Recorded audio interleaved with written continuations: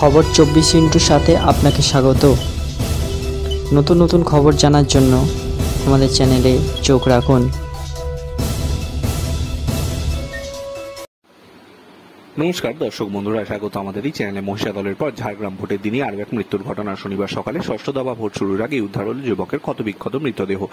বিধানসভার অন্তর্গত লালগড় থানায় বেলটিকারি গ্রাম পঞ্চায়েতের কুরকুটসোল এলাকার ঘটনা। পুলিশ সূত্রে খবর, মৃত যুবকের নাম উত্তম মাহাতো, তার বাড়ি কুরকুটসোল গ্রামে। পেশায় একজন গাড়ি চালক তিনি। শনিবার সকালে স্থানীয় বাসিন্দারা তার ক্ষতবিক্ষত মৃতদেহ দেখতে পান। এলাকায় চাঞ্চল্য ছড়িয়ে পড়ে। ওই যুবক শুক্রবার রাতে ভোট দেওয়ার জন্য গ্রামে ফিরছিলেন, কিন্তু বাড়ি ফেরেননি তিনি। তার বাড়িতে ফেরার খবরও ছিল না বলে স্থানীয় সূত্রে জানা গিয়েছে। মাত্র 3 দিন আগে তিনি বাড়ি থেকে বেরিয়ে কাজে গিয়েছিলেন। তার বাড়ি থেকে 1 কিলোমিটার দূরে একটি মাঠে মিলেছে দেহ।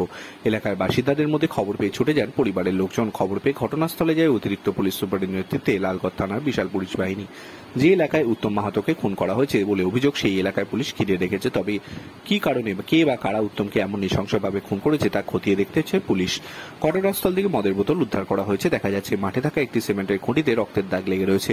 কেউ তার সঙ্গে মদ খেয়েছিল কিনা তা খতিয়ে দেখছে লালগড় থানার পুলিশ। দেহ উদ্ধার করেছে শনিবার সকালে। ময়লা তদন্তের জন্য ঝাড়গ্রাম মেডিকেল কলেজ এবং হাসপাতাল মর্গে পাঠানো হয়েছে। তবে তার পরিবারের পক্ষ থেকে জানানো হয়েছে তিনি কোনো রাজনীতির সঙ্গে যুক্ত ছিলেন না। তবে ভোট দিয়ে বাড়ি ফেরার কথা ছিল না। তিনি ফিরেছেন সেটাও জানতেন না বাড়ির লোকজন। Bureau report.